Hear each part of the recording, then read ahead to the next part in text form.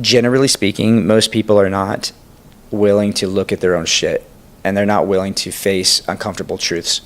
They literally would rather live in false reality than to acknowledge what is true, or to even acknowledge that they don't know something.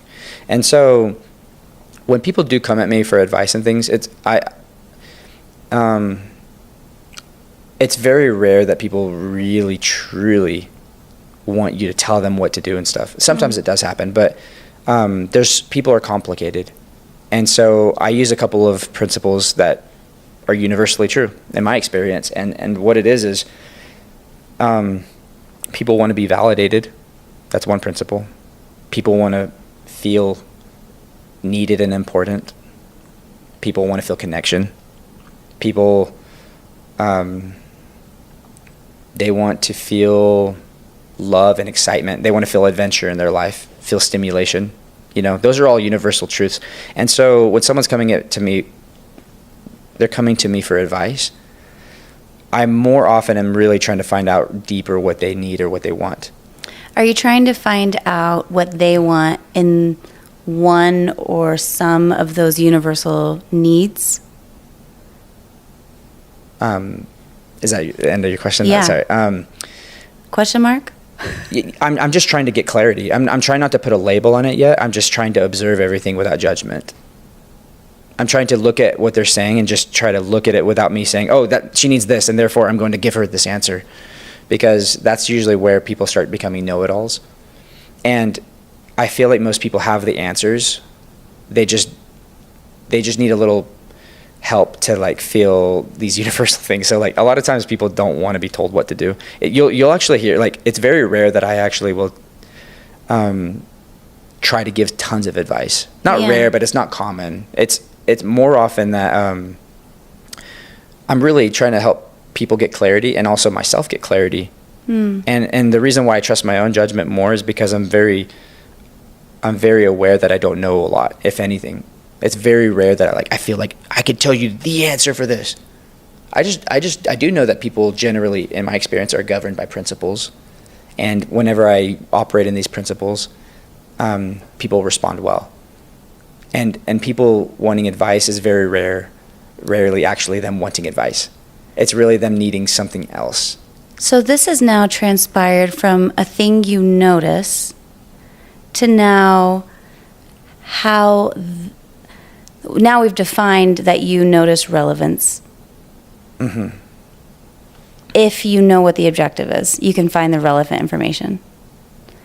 And then now we've moved to a point where you're talking to these people and it's beyond like a people watching. Now you're like fully ingratiated in this experience where you find value points that most people need and you gather data, find clarity, and then what at the end of that exchange, do you just not care if you were wrong or right? Like when you say you don't care if you're wrong or right, you have best judgment in that situation because you say, I don't know. What happens when you're with someone of, I don't care if I'm right either, and I also know that I don't know? What are those conversations like? Well, first of all, I can tell. That's like one of the things. I can tell whenever they're sincere. I can tell if they actually do care or not. I don't know how I can tell. I know it about as much as I know, like, I trust my own intuition. Or at least I can tell whenever it's not trustworthy enough to know that they're like that. And the way that those people are they a truth seeker? Are they a truth seeker? And here's, if someone is a truth seeker, then they value truth more than they value what their ego is trying to get them to feel. Like they're not trying to make themselves feel better by being right about something. So I have many weaknesses, for example. Tons.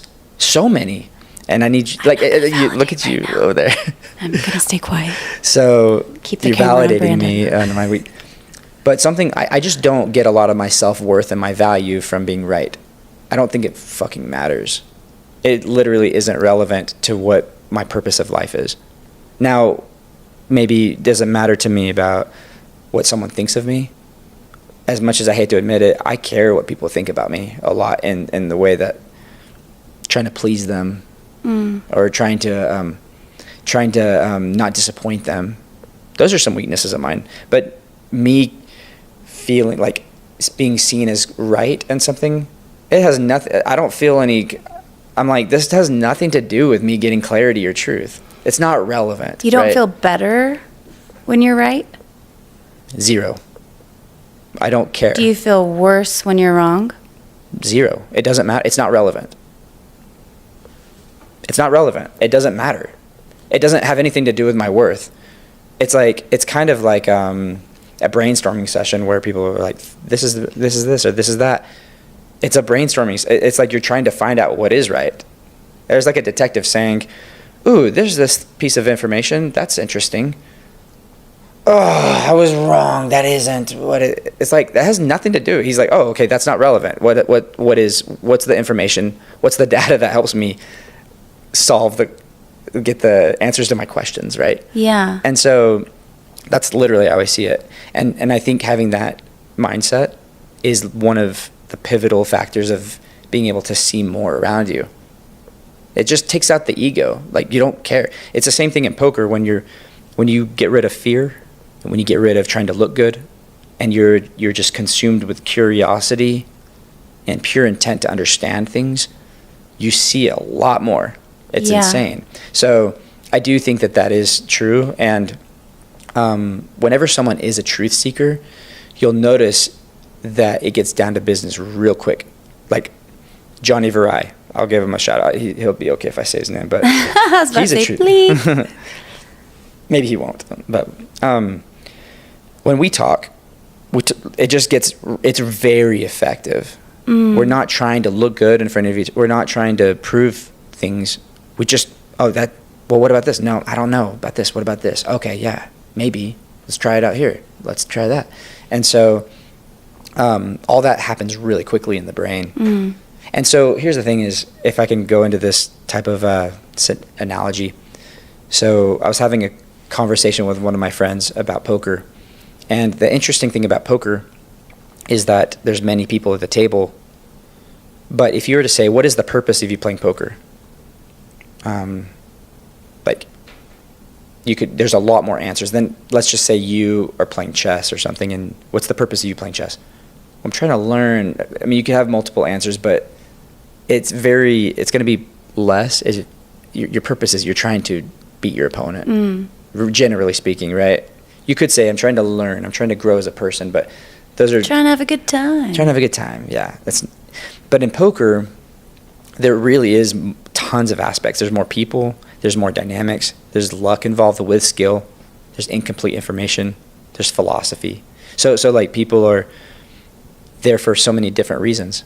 So a professional might be there, and his purpose of playing poker is to make income for his family. And then someone else might be there, literally, they know they're going to lose money, but they're going there to have puzzles to test their brain, and they're okay to lose money, similar to a golfer spends money on a golf course, but they just enjoy the puzzles, trying to solve the questions in poker. Yeah. Trying to make good guesses and trying to figure things out. It's fun. It's satisfying for them. And then some people go literally knowing they're going to lose, and they go to network. And then some people are going to literally just to literally learn how to become a pro. Like, they're literally going, and they might know that they're going to lose, but they see that as training, right? Yeah. There's you can go on and on for the different reasons why people play poker. So different things will be relevant to different people